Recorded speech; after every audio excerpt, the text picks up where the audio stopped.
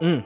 And another statistic that I had seen, another paper said that people who lost their spouse felt better after just 2 hours a week of volunteering. Like it really helped them fight their loneliness after they had lost a spouse. And it can be extended to not just people in those circumstances. Like just volunteering, it's a good thing and it will make you feel good and you'll be around people. It sucks that right now we can't do it in person because I think, cleaning up the beach would be a great activity for people. But there are other ways. I know there are plenty of charities out there that are still doing fundraisers and stuff. And I think that's also important to educate people on that. Just those 2 hours a week will make you feel better. Yeah, such an important message, Xavier, and you are all over this topic. So thank you for doing the research that you've done. At the end of the day, I'm going to share a story that in the first year of launching the Genwell Project, I had a gentleman reach out to me, and he's from a suburb of Toronto called Ajax. And he reached out to me, and I think he sent me a text. He sent me an email to our inbox at info@genwellproject.org first, and he said, I saw your campaign. He was suspicious. He was kind of, what are you guys up to? So I kind of went back to him and said, he said, what are you selling? I said, actually nothing. There's no for-profit side to this, and we do need to pay bills, but at that point we weren't trying to sell anything. We're just trying to make a difference in the world. Mm-hmm. And once I had a chance to get to know him, I actually went and had a coffee with him. And he was about 60 years old. He was an Italian gentleman. And he said, I burnt every bridge in my life. He said, my kids don't talk to me. I'm obviously divorced. I don't have any old people that I used to work with that still speak to me. My neighbors, I've moved so many times, I don't know. And I live in an apartment building now. I don't know anybody there. And he said, and I don't have any connections that I can go to. So what do you suggest for me? Mm-hmm. And so first off, I was thrilled to be able to have a conversation with him because, we all need to be seen. We all need to be heard. We all need to feel like we belong. And Maslow shared that with us, as part of his hierarchy of needs back in 1943.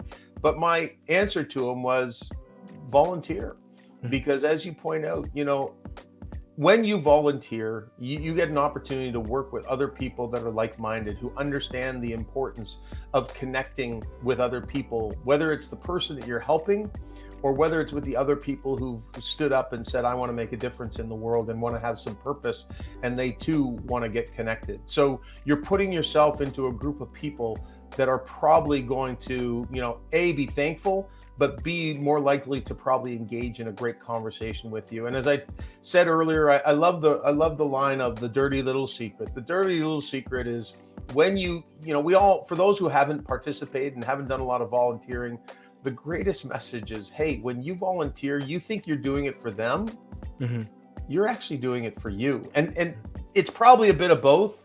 Mm-hmm. But for the person who's in that situation, anybody who's watching this conversation tonight or in the rerun, if they're feeling lonely and isolated and they don't know where to turn, yes, there's a lot of 1-800 lines out there through the pandemic. If you're feeling that stress and that anxiety, then pick up the phone and call somebody.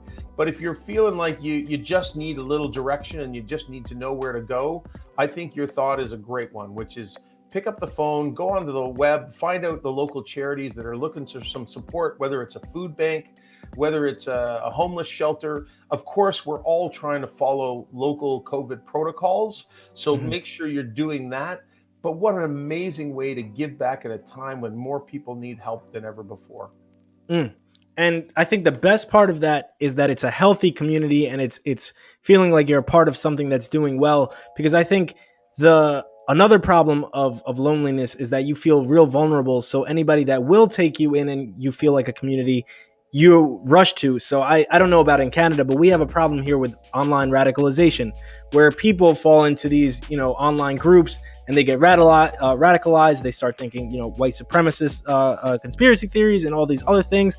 And you are just susceptible to that because you feel so lonely that you feel like you found a place of belonging. So I think having healthy community is also really important.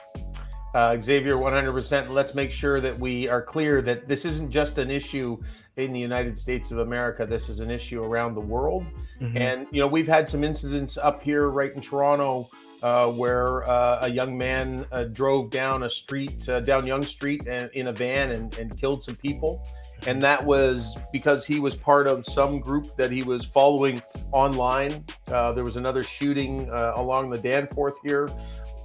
We have them everywhere, and I think it's a really important message that human connection is one of the greatest ways that we can overcome these challenges. What I know we can't, one way I know we can't overcome it is by tweeting at each other and saying nasty stuff to each other, saying you're an idiot, you're a goon, you're a whatever. The reality is, when we have a chance, and that's what the research shows, empathy and compassion. Jamil Zaki out of Stanford has written a book called The War for Kindness, which is an incredible book that really speaks to the power of bringing people together so that we can talk to each other, we can care for each other, we can empathize with, why do you think that way? Oh my God, I understand that. I can see how you feel that way. Mhm. But hey, I hold no spite against you. Can we move forward? Can we work together? Can we build a world where you're happy, I'm healthy, and I'm happy, and together we're all happier and healthier as a society and as a community? So yeah, you know what? Political polarization is a huge issue. And obviously all other types of segmentation of the population out there. But if we could create these opportunities for people to feel that they could come together, not because we're trying to bring two, radicalized organizations together, but because we're actually coming together to celebrate human connection. I think the real key of the Genwell Project is that we're not trying to focus on an issue or a cause. We're trying to focus on bringing people together to celebrate human connection and celebrate life.